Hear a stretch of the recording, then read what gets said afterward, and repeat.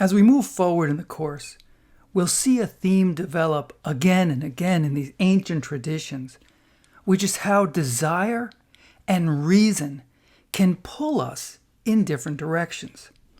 Perhaps we know where we need to go, but we find ourselves unable to do what is needed because we stray off course, as we give in to our desires, to the passions that lead us in the opposite direction. And most of us can readily fill in examples of this from our own lives. So why does this happen? And how can we manage this desire, this emotion that leads us off course? Again and again in these ancient traditions, we'll see this particular challenge specifically identified and addressed, calling for self-control and providing guidance on ethics and behavior. The Buddha, for example, explained how the mind can control the passions, and he used an analogy of a trainer controlling an elephant. The mind must be the trainer, reining in that powerful elephant of our passions and desires.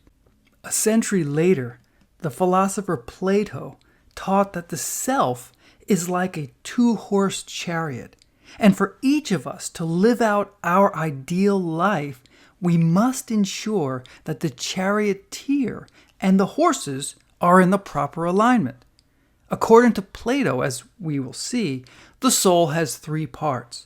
The rational, which is the highest part. Then there's the spirited part, which aims at honor and status and achievement. And then there's the appetitive part, which seeks pleasure to satisfy all the urges of the appetite. To get where we must, the charioteer must have control, and this is the rational part of our being, guided by reason alone. And this harnesses the power of the two horses. The one is the spirited part of our soul, and again, that pushes us for fame and status and achievement, getting your degree here at UC San Diego, seeking honor. But the other horse represents pleasure. It's that pleasure-seeking part of ourselves which pulls us in that direction. If the charioteer does not have control, the self is ever pulled here and there in aimless fashion, controlled by these horses. A few centuries later still, we find Paul of Tarsus, the premier missionary of Christianity, as we will see, and Paul wrote, "Live by the Spirit, I say, and do not gratify the desires of the flesh. For what the flesh desires is opposed to the Spirit, and what the Spirit desires is opposed to the flesh. For these are opposed to each other, to prevent you from doing what you want."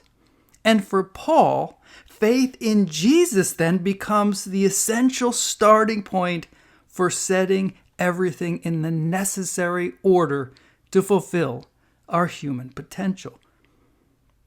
And you'll see this theme in the Analects of Confucius from East Asia and in the Bhagavad Gita from South Asia. Awareness of this tension was in all of the ancient traditions. Each of them proposed a process for achieving control, involving a level of self-inquiry or meditation or prayer in order to find ways to tame the elephant or steer the chariot correctly. If we were to track this idea from antiquity to the contemporary era, we'd cross the threshold of the 20th century to the founder of psychoanalysis, Sigmund Freud, and we could read his account of the self as divided between the ego and the superego and the id. And one analogy for this division is to see the driver as the ego, the car as the id, and the parent in the back seat lecturing on how we should be driving as the superego. We could then continue onward through the 20th century to the 21st century and look to the insights of neuroscience, learning about the brain's limbic system, where we find our emotional responses. And the limbic system also controls the release of dopamine, which makes us feel so good, luring us off course towards certain pleasure-inducing activities. While the frontal cortex, the neocortex, is the source of higher thought, wants to suppress or at least inhibit those behavioral impulses of the limbic system. The frontal cortex, then, is the chariot driver to the wild horse of the limbic system. In addition, other contemporary disciplines also wrestle with the problem of the self. As social psychologist Mark Leary notes, that other animals think, but they don't seem to spend much time pondering themselves, which is very different from us humans, who have the most complex language ability and mental capacity to make elaborate stories about ourselves, making each of us the hero of our own lives, justifying that we should have that extra slice of cake or that long list of other pleasures that we might want. Leary posits that this creation of an idea of the self furnished our Homo sapiens ancestors with the critical skills for the development of our species, including long-term planning, conscious decision-making, and self-control, and the ability to consider other people's perspectives.